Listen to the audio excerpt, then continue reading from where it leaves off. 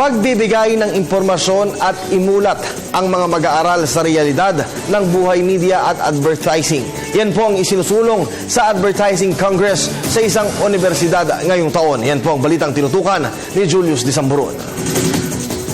Unmasking the best and worst in advertising. Ito ang siyang naging pangunahing tema ng 2015 ADPINACA Student Advertising Congress sa Polytechnic University of the Philippines, Manila. Nais ng nasabing programa na bigyang impormasyon at imulat ang mga mag-aaral sa realidad ng buhay media at buhay advertising. Isa si Ginoong Evoy Fernandez sa maituturing na pinakabatang miyembro ng advertising industry. Aniya, hindi lang panghihikayat ang dapat maiparating sa mga kabataan, kundi ang paggabay sa mga hakbang ng isang advertiser at mga estratehiya nito. Maybe I want them to realize their calling. So, if I think kasi working for the advertising is not something na pag na-decisionan mo lang, then you can work. I think it's a calling.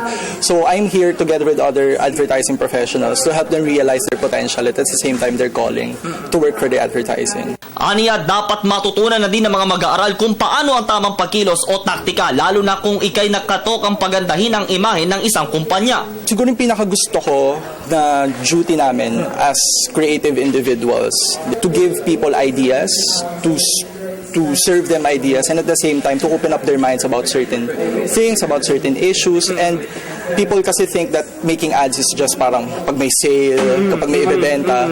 But then as I work through the advertising, natututunan ko na it's actually helping people. Nananatili namang malakas ang industriya ng advertising sa tulong na din ng mga makabagong teknolohiya. Philippines is getting really strong sa global stage. In fact, we've been representing the country for the past many years, and talagang nananalo tayo ng mga big awards globally, especially sa Cannes Lions, which is like the Oscars of advertising. So it's a high honor for me. Ilang freshman students naman ang siyang nabigyan din ng pagkakataon na makasali at makadalo sa nasabing seminar. First year po, syempre, first time po namin dito sa Ad Congress. Then, nag-expect po kami ng marami ng matutunan po, and napunan naman po yung mga expectation namin. Marami po kami natutunan na pwede po namin apply in future. Pag kami na rin po yung magiging organizer din po sa mga Ad Congress na gaganapin in future. Para naman sa dalawang graduating students na ito, magsisilbing daan ito upang sila'y maging handa sa pagpasok sa realidad ng advertising. Feeling po namin natitrain na po kami dito sa PUP, yung mga activities po na ginagawa namin since first year pa po. And kasali na po din dun siguro yung mga activities outside the school, kaya po na-expose po kami sa mas maraming bagay.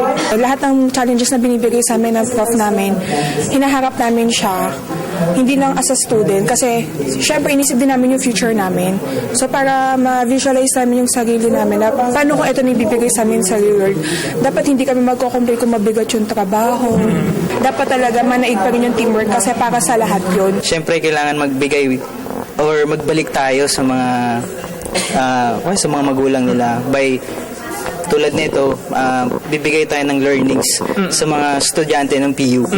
So that's how we give back sa mga nagpapaaral sa amin as scholars. Samantala, nakiisa din ang inyong telebisyon ng bayan sa nasabing programa na siyang himpilang magpapalaganap ng impormasyon hindi lang sa Luzon, Visayas at Mindanao, kundi pati sa buong mundo.